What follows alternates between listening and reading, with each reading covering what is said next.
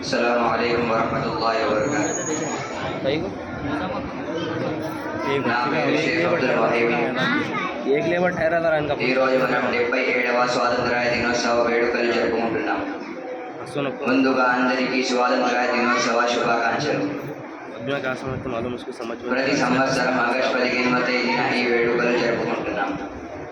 August 15 1947వ British పాలన నుండి భారతదేశానికి స్వాతంత్ర్యం లభించింది.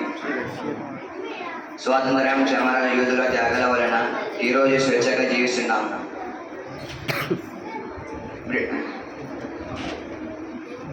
ప్రతి ఒక్కరూ సమర యోధులను ఎల్లప్పుడూ గౌరవించాలి. ఇలాంటి స్వచ్ఛ దేశంలో జీవించడం మన అదృష్టం.